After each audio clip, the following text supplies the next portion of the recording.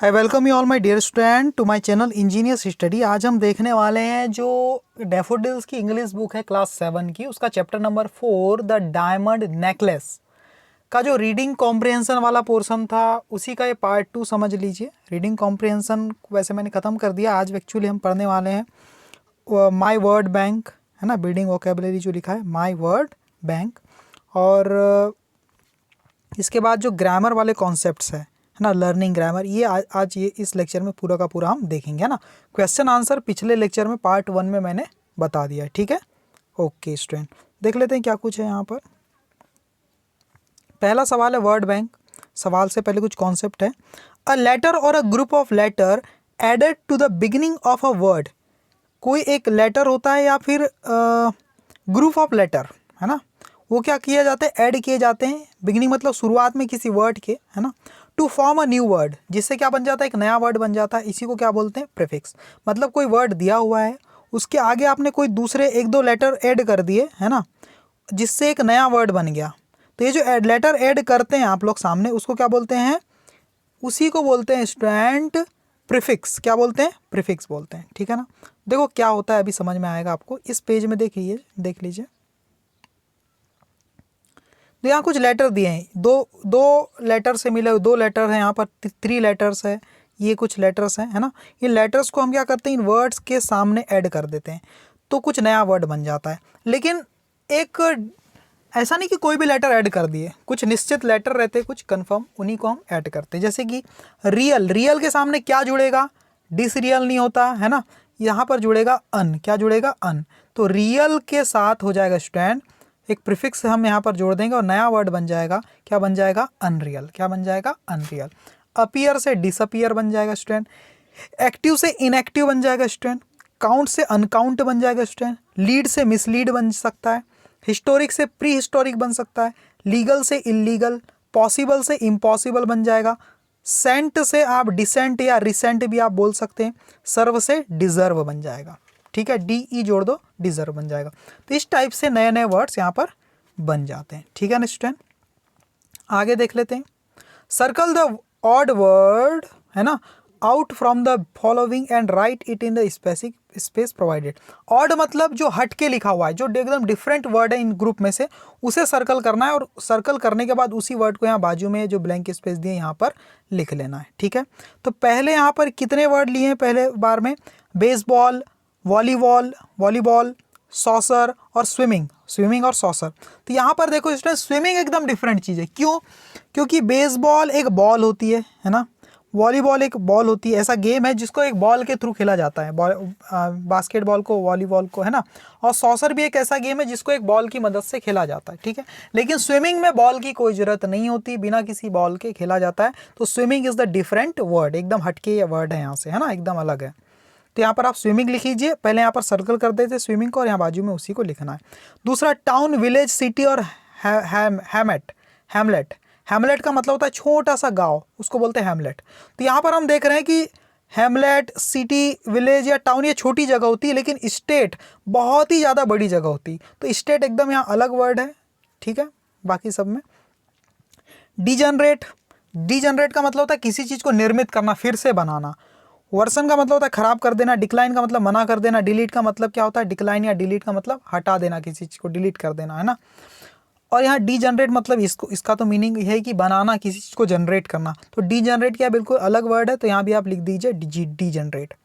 Repair का मतलब होता है किसी चीज़ को खराब है उसे बनाना। मेंड का मतलब भी होता है रिपेयर करना। फिक्स का मतलब भी जोड़ना होता है। लेकिन रिटायर एकदम अलग वर्ड है, तो रिटायर आप यहाँ पर लिख दीजिए, जिसका मीनिंग बिल्कुल हट के निकल रहा है। कंप्यूटर, मॉनिटर और माउस ये कंप्यूटर के पार्ट है स्टूडेंट, लेकिन डायरी बिल्कुल हटके वर्ड है, तो डायरी आप यहाँ पर लिख देना। टाइडी, नीट और क्लीन, इसका मतलब होता है क्लीन, स्वच्छ। टाइडी का मतलब भी साफ होता है, नीट का मतलब भी साफ और क्लीन का मतलब भी साफ सुथरा। लेकिन पॉन्डर का मतलब होता है सोचना, किसी चीज़ को गहराई से सोचना, तो यहाँ पर बिल्कुल अलग वर्ड है। कंट्रोल, ऑर्गेनाइज और मैनेज कंट्रोल करना, किसी चीज़ को ऑर्गेनाइज करना, संभालना, मैनेज करना, इसका मतलब सब सेम ही होता है। लेकिन वेरियस एकदम यहाँ अलग वर्ड है, यहाँ पर आप वेरियस को लिख दीजिए, ठीक है। आगे देखो लर्निंग ग्रामर वाला पोर्शन है, ठीक है। लर्निंग ग्रामर में क्या देखने वाले हैं, स्ट्रक्चर एंड यूसेज, है ना। Future continuous tense will be plus ING। Future continuous tense का जो फार्मूला होता है वो क्या होता है, विल के साथ बी और फिर वर्ब की आईएनजी फॉर्म, है ना। सबसे पहले हम क्या लिखते हैं, WILL विल प्लस बी लिखते हैं और फिर लिख देते हैं वर्ब की आईएनजी फॉर्म। क्लियर स्टूडेंट, इस टाइप से आपको लिखना रहता है चीज़ों को, ठीक है। तो यहाँ पर वही बोला है, we use the future continuous tense to show an action that will happen at some time in the future. इस टेंस का यूज करते हैं उन घटनाओं को दिखाने के लिए जो अभी नहीं, फ्यूचर में किसी टाइम पर होने वाली है, ठीक है। उन्हें शो करने के लिए फ्यूचर कंटिन्यूस टेंस का यूज करते हैं ना। ये फ्यूचर में चीज क्या रहेगी, ठीक है, कंटिन्यू रहेगी फ्यूचर में किसी समय, है ना। जैसे by this time next year, अगले साल इस समय तक क्या होगा, you would be an expert in playing the guitar. अगले साल इतने समय तक आप क्या हो जाओगे, गिटार बजाने में एक्सपर्ट हो जाओगे, ऐसा यहाँ पर कहा है, ठीक है।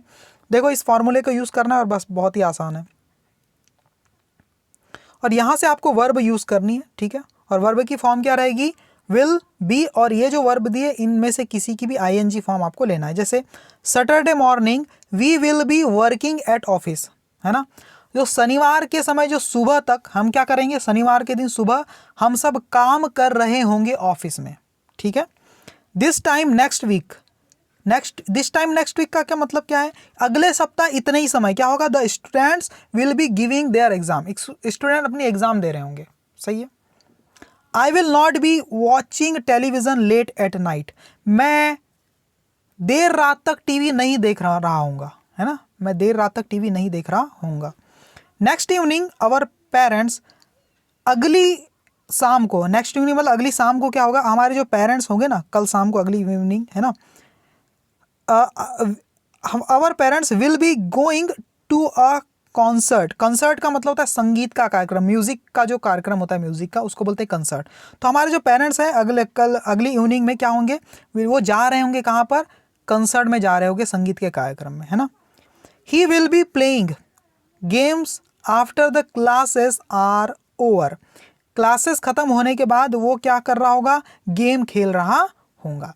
जैसे कि हम देखो, जैसे कल मेरा बर्थडे मान लो, तो मैं अभी से इमेजिन कर रहा हूँ कि फ्यूचर में मैं अपना बर्थडे मना रहा हूँ, सेलिब्रेट कर रहा हूँ, तो मैं अभी से इस स्ट्रक्चर का यूज़ करके फ्यूचर कंटिन्यूस फॉर्म, फ्यूचर में कोई काम कंटिन्यू रहेगा ऐसा अनुमान लगा के मैं अभी से कुछ बोल सकता हूँ कि कल शाम को मैं अपना बर्थडे मना रहा हूँगा। तो इसको इंग्लिश में क्या बोलूँगा, I will be celebrating my birthday next evening, बोल सकते हैं ना, या टुमारो इवनिंग या नेक्स्ट इवनिंग बोल सकते हैं। तो ऐसे है आपको, है ना। वैसे यहाँ पर फ्यूचर परफेक्ट टेंस का फॉर्मूला लिख दिया मैंने, विल हैव प्लस वर्ब की थर्ड फॉर्म।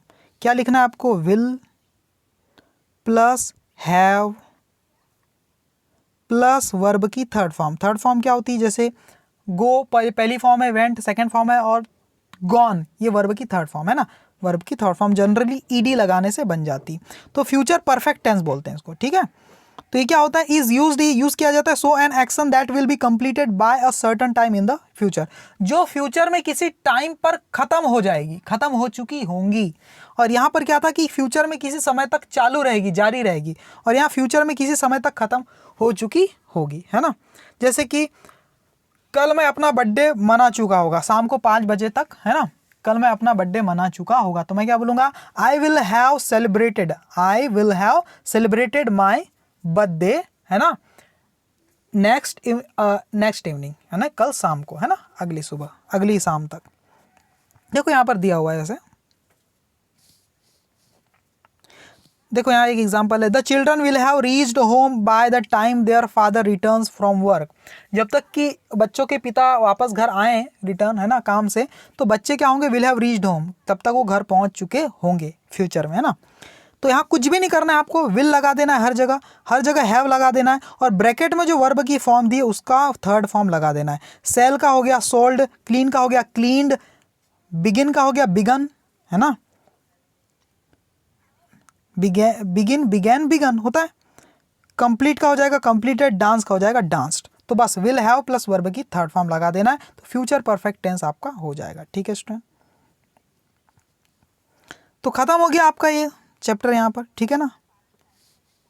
इनके मीनिंग आप निकाल सकते हो कि इतने समय तक कुछ हो चुका होगा, जैसे अगले सैटरडे तक, है ना, रॉबर्ट विल हैव सोल्ड, वो बेच चुका होगा, हिज कार, अपनी कार को बेच चुका होगा। इस टाइप से मीनिंग निकलेंगे। Thank you very much student. अगर आपको ये लेक्चर पसंद आया तो जरूर मुझे कमेंट करके बताइए, ठीक है। ज़्यादा समय नहीं लगता कमेंट करने, प्लीज़ कमेंट कर दीजिएगा, ओके। और लाइक कर दीजिएगा अगर आपको पसंद आया तो। Thank you very much student.